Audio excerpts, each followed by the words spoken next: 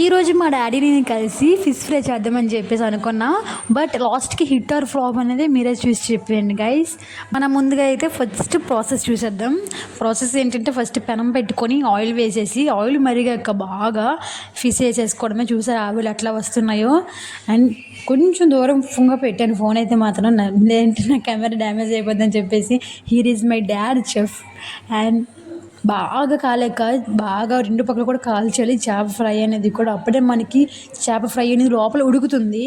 So ఉడికాక కొన్ని అయితే మా డాడీ ఇట్లా చేశారు, ఉప్పు కారం వేసి మళ్ళీ స్పైసీగా కావాలనుకున్నాం. సో మళ్ళీ ఇట్లా వేసి ఫ్రై చేసాం. అట్లా అయితే కొంచెం డీప్ ఫ్రై అవుతుంది. వెజిటేబుల్స్ అయితే లైట్గా ఫ్రై చేసుకోవచ్చు.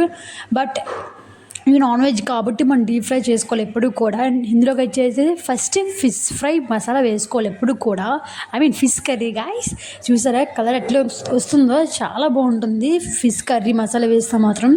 ఫిష్ కర్రీ మసాలా అనేది ఆప్షనలే, కాకపోతే మన దగ్గర ఉంటే వేసుకోవచ్చు. ఈరోజు అయితే మా దగ్గర ఉందని చెప్పేసి మేము వేసుకున్నాము. ఈ గ్రేవీ వచ్చేసి నేను మార్నింగ్ అయితే కాలేజ్కి టమాటో గ్రేవీ చేసుకున్నారు లంచ్ బాక్స్గా ఉందని చెప్పేసి ఇట్లా ప్రిపేర్ చేసాం. మా డాడీ అయితే మాత్రం ఫిష్ తెచ్చారు. సో ఇట్లా ప్రిపేర్ చేసేసి వేసేసాం.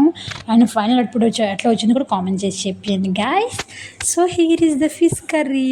సో టేస్ట్ యమ్మీగా ఉంది. మీరు కూడా ట్రై చేసి ఎట్లుంది కూడా కామెంట్ చేసి చెప్పండి. Bye bye.